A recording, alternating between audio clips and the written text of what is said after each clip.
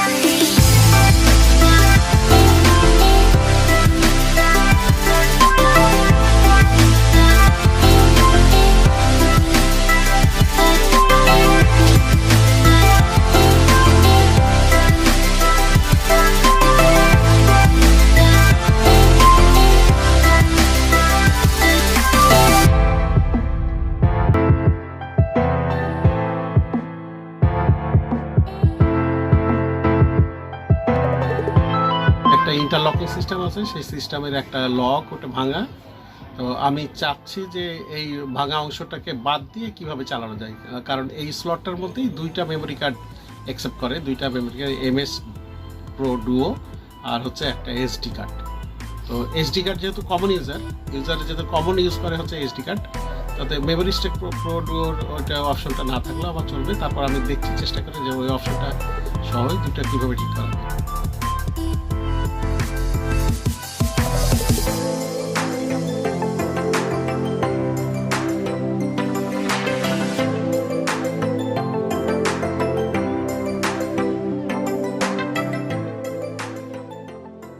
মডেলটা একটু আগে, প্রায় 5 বছর মতো হয়ে গেছে।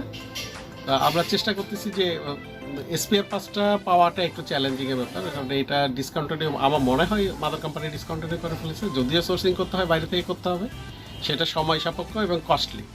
আমরা এটা হার্ড অ্যান্ড সোল ট্রাই করতেছি যে এটা কীভাবে রিকভার করা যায়, সেই চেষ্টাটা এখন করতেছি।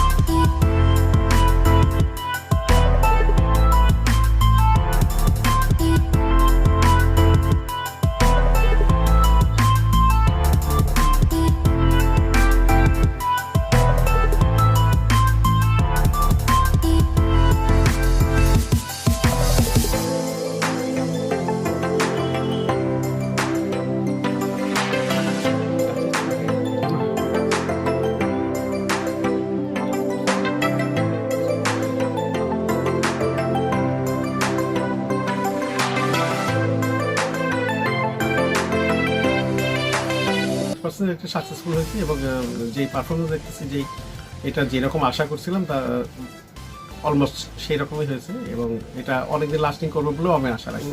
কার্ডের যেই ইকুইপমেন্টগুলো আছে যেখানে আমরা বারবার মেমোরি কার্ড বের করি আবার ইনসার্ট করি যেগুলো, সেগুলোর ক্ষেত্রে প্রথমেই যেটা খেয়াল রাখতে হবে সেটা মেমোরি কার্ডের পজিশনগুলো, যে কোনটা ফ্রন্টের কোনটা ব্যাকের, এই পজিশনগুলো খুব ভালোভাবে ইনশিওর হয়ে নিয়ে এটা ইনসার্ট করা দরকার। আর আরেকটা